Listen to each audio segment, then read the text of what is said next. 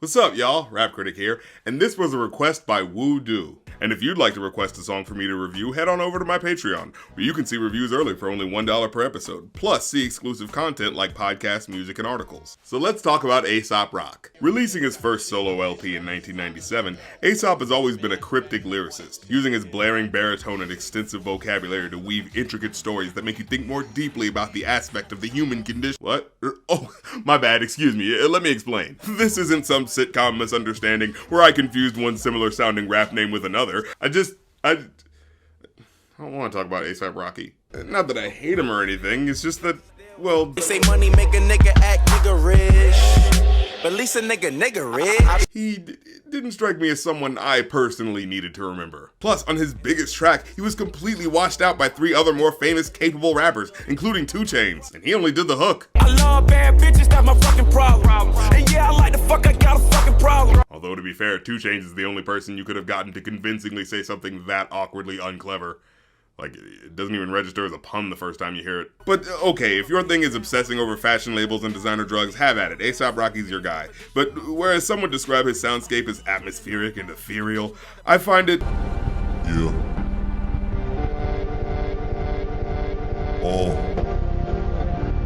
kinda boring, to be completely honest. Where some seem to hear the soundtrack to a dice-rolling, glossy Las Vegas casino acid trip, I only hear a hungover day drinker on his 81st spin on the slot machines. It feels tired, disaffected, and overall, it's just not that engaging for me, at least from what I've heard from that album. Of course, I haven't yet heard the song I'm reviewing today, but surely it won't be enough of a perspective changer that I'll actually have to reevaluate him as an artist.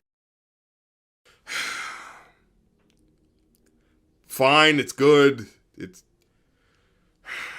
one of the most engaging personifications of the inner turmoil of modern superstardom I've heard in a long time. God damn it, I hate when this happens. I mean, not that I don't want an artist to be more ambitious on their follow-up albums, it's just... now I gotta take it seriously and do research and shit. When I did, things started to really make sense, though. You see, in 2015, one of Rocky's longtime friends, A$AP Yams, died at only age 26 from an overdose on cough syrup. After which, A$AP apparently retooled his forthcoming album and dedicated it to him, even wearing Yams' signature birthmark on the album cover, releasing this song as the next single. And, I think it's safe to say some important things were on his mind. Every day I spend my time drinking wine, feeling fine.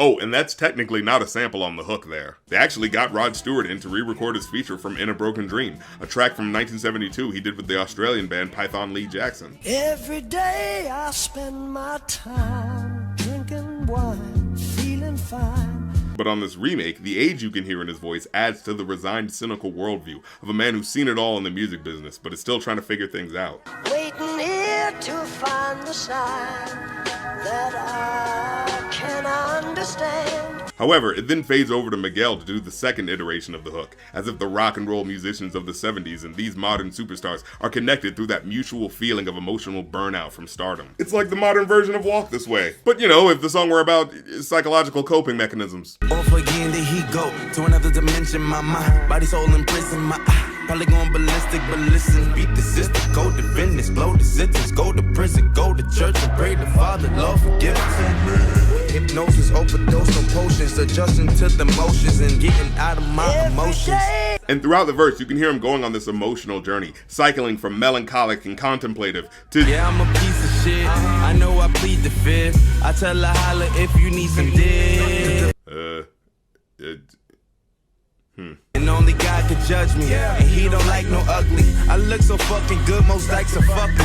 Well, maybe not if you call him that. But, okay, it gets better in the second verse, where the beat switches up like the LSD tab just kicked in, as he becomes even more lucid about his thoughts. Good dudes usually don't look like you. How better get a deal and come back and the whole hood look like you. You know, I'll say this much. From as little as I know about A$AP Rocky and fashion in general, I have noticed his fashion sense is atypical of other more hyper-masculine rappers, going against the grain like Kanye and Cameron were doing by wearing pink and polo and backpacks and stuff. Again, I don't know much about the fashion world myself, so it all just kind of comes off as generic upper-class cosmopolitan stuff you find in magazines you feel too poor to even look at. But you know, if he's inspiring more black teens to be eccentric about the way they express themselves in fashion, hey, I can't hate on that. Although, I don't think anyone's gonna be going for the dug-up Michael Jackson corpse look anytime soon. Then again, the fashion world is pretty freaking weird, so what do I know? He then ends his verse by saying you can basically only find bliss by deluding yourself, so yeah, you might as well be happy with that. The only key to survive and get a piece of the pie is to agree with a lot or just believe your facade, bitch. And I'll be fine just a drinking my wine, bitch. Hey man, as long as it's not lean, have at it. Seriously, this shit has killed a lot of rappers, including the DJ that made it popular. So like, let's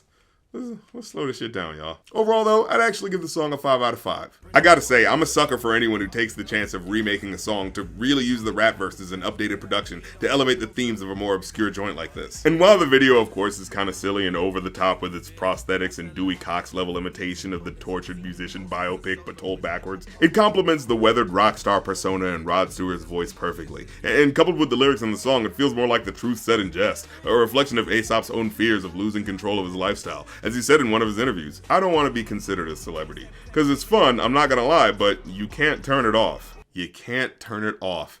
You know, that phrase especially stuck with me as I was listening to this song. Because yeah, when no one tells you no anymore and you got the world ready to give you what you want because money allows you access to whatever you want, how does your life not turn into the stereotypical biopic? It's just what naturally happens in a society where we deify celebrities. I know I plead the fifth. Again, not a very subtle music video. Well, that's the episode.